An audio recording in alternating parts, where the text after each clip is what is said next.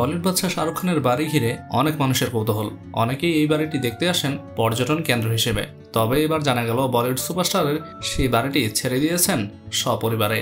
মুম্বাইয়ের বান্দ্রাতে শাহরুখের বিশাল বহুল বাড়ি মান্নাত। এখানে প্রতিদিনই প্রায় লাখ লাখ দর্শক আসেন এই বাড়িটি দেখার জন্য।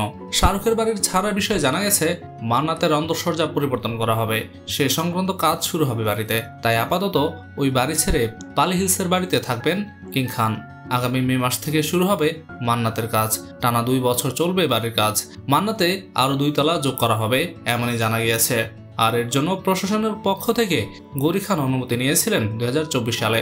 যতদিন মান্নাতে কাজ চলবে ততদিন পালি হিলের বাড়িতে থাকবেন কিং খান ও তার পরিবার।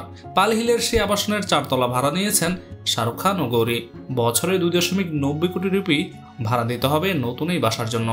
উল্লেখ্য, এই মুহূর্তে শাহরুখ খান তার আসন্ন ছবি কিং নিয়ে ব্যস্ত রয়েছেন। এই ছবিতে প্রথমবার শাহরুখ খান আর সুহানা খানকে নিয়ে বড় পর্দায় অভিনয় শুরু করবেন। ইতোমধ্যে সিনেমাটির প্রাথমিক কাজও শুরু হয়ে গেছে।